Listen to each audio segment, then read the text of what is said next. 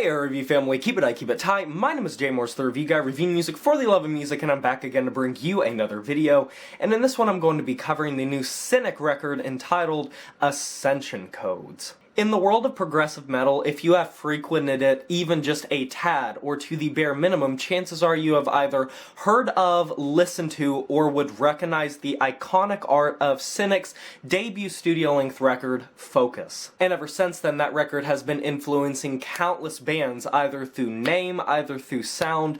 The amount of influence that record has had, and Cynic as a band did in the 90s, is astronomical, and I don't even think you could predict how many bands have been influenced by that record. At this point, we have come to have sort of an expectation that progressive metal is going to be infused with other sorts of genres, as well as technical death metal. You could throw that in there. Harmonics, jazz music, electronics, symphonic elements have risen to prominence and become so commonplace in the very foundation and roots of progressive music that it is sometimes hard to remember the forefathers of the people that brought that to prominence. And bands like Cynic, specifically in the 90s, that started to infuse a lot of jazz influence with progressive music, specifically technical death metal, really did set the groundwork for so many of the bands nowadays that you see bringing all these different influences in and creating some really awesome hybrid metal. But Cynic has had a very sporadic timeline through very tragic losses, lineup changes, and very large gaps between studio-length records.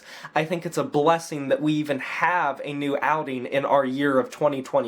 Considering the release schedule for albums and the release schedule for material from this band has been nothing short of a roller coaster ride. Sean Reiner, drummer of the band, passed away not too terribly long ago, and then not even that short after, Sean Malone, the drummer of the band, also passed away. This resulted in the band being pushed into an unknown future even more than they ever have before. The amount of unknown variables were through the roof. By all measurements, Cynic should have probably ended then and there, but they didn't. Because Paul, the last standing member of the band, was left to pick up the pieces, and pick up the pieces he absolutely did, sending the band into a brand new direction on Ascension Codes, and let me just say, this thing is a complete treat. Conceptually, instrumentally, to the ears, in what this record just stands for. It's vulnerable, it's fragile, it is delicate, but it also has this imposing nature of confidence that owns every little movement that it does possess. Especially with points of keyboard overtaking the bass that was found on earlier works, both low and high frequencies, and different instrumentation that is separate from just the normal percussive and guitar elements that progressive metal usually has into the fold. They are as hybrid as ever, but there's just something so tight to the way that these tracks are constructed. Because becoming original in the prog sphere is becoming increasingly problematic. So much technique, so much efficiency, so much prowess in artistry. It makes making art that is completely original and completely ingenious and different than what you hear in the whole loudness war thing of musicianship. It seems like an impossible task, a mountain that you're just never going to be able to crest. Something that sticks, something that becomes a legacy. Cynic left their legacy with Focus, their first record. They had nowhere to go but up, and they had already done so much for the genres that they called home. But I can easily say that despite the fact they had nothing to prove, as someone that absolutely adores progressive music, and many of my favorite bands and projects call those genres home, I can say with confidence that Ascension Codes is not only worth its weight in artistry, but it also pushes their creativity, pushes their brilliance, and their beauty and their songwriting capabilities to absolute new heights. It's translucent with just multiple facets to such a complex sound. Hypnotic riffs and complicated drum work, dirge-like vocals that have a vintage nature to them. And God, vintage is such a good way to describe the unique nature of this record. This thing is just so perfectly balanced, so perfectly equalized and mixed. The production is so damn crisp, while maintaining an old school flair, and it just seems like it's birthed out of like the 70s or the 80s, but it also feels very much in the future, but it also feels very much in the now, and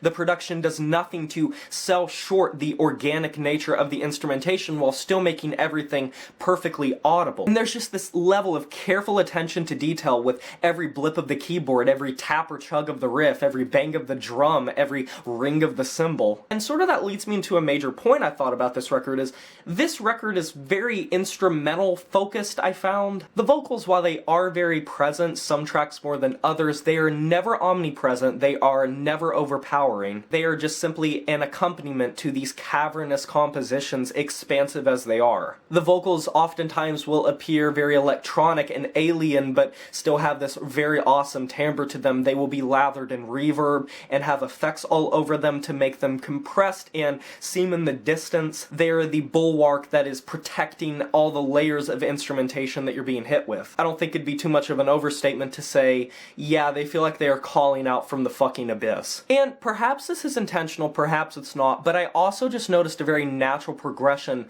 from start to finish of this record all the way to the conclusion. These quick interlude tracks that weave together these stories that give you just brief little cool down moments, sort of a bit of clarity through the madness, through the noise, a euphoric sort of numbness instrumentally from all of the other tracks. But by Sixth Dimensional Archetype, I noticed that it begins to pick up, becoming more taxed, becoming more rough and rigid and quick-paced. It has this urgent, rushed nature to it. Sort of like this labored pace to the riffs. Like whatever message is trying to be conveyed is being told through lips that are just moving very, very quickly. Breakup periods continue to happen throughout the tracks because they are very instrumentally dense when it comes to sort of high-octane maneuvers, but you're still just getting a lot of awesome crescendos in the latter half of this record where it builds up and swells, and it does feel like some very awesome payoff from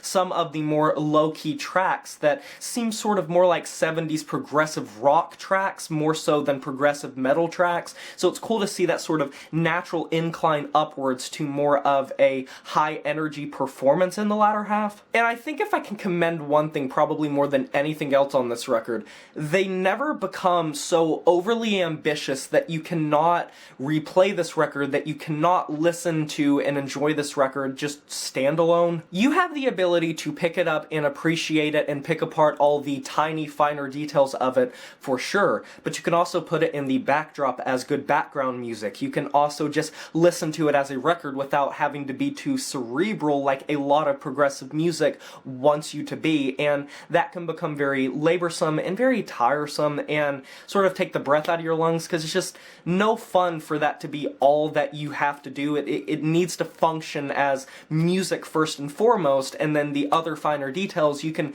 pick apart afterwards. But I think the best prog records are the ones that you can enjoy standalone, but you can also dissect. Because hot take, there is such a thing as being too technical in progressive metal, and I have never really felt like Cynic fall prey to that, especially on this record. If you become too focused on like a polyrhythmic guitar pattern or the quickest djent tapping in the world or monstrous vocals or octopus-like drumming, you miss the very focal point, and that is the music itself. You can have a wank fest and you can circle jerk your musical ability, but you're just going to be wallpaper at the end that just gets scraped off the wall for something that is more intriguing and has less of just the quick burn effect. But atmospherically, this record takes you on a trip. There's very few hiccups across this track listing. Sometimes the electronics and the drones, the noisier bits, can sort of reach a little bit and become a little gratuitous and mess with the construction of a track. I'd say the only major times that happened was probably DNA Activation Template and the beginning of Architects of Consciousness. Other than that, it's a pretty damn consistent record. It's soft when it needs to be, it's heavy when it needs to be, and the transitional work is just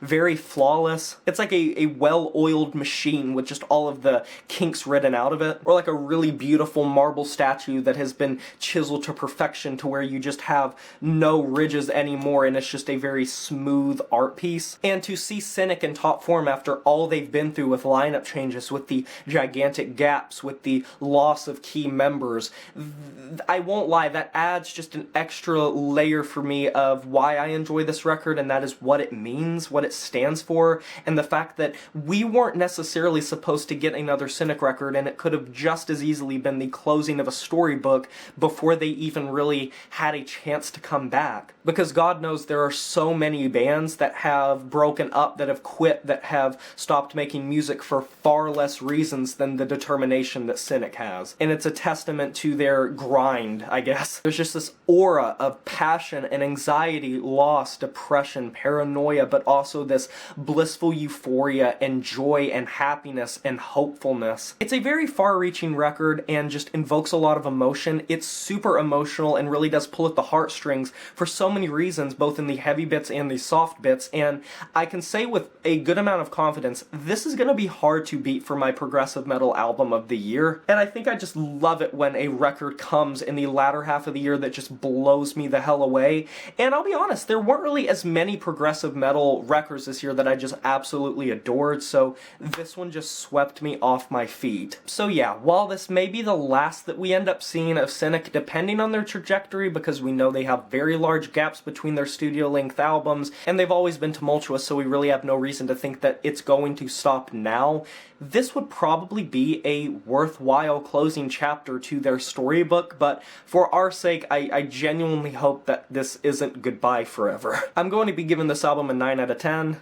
And that is a wrap. Have you heard this new Cynic record, Ascension Codes? If you have, let me know in the comment section below what you thought about it. I would love to discuss this record with you. Be sure to like this video if you enjoyed it, subscribe to join the review family today, and smash that notification bell to be notified of my future uploads. You know who it is, my name is J Moore's the Review Guy, and I'm signing off saying farewell.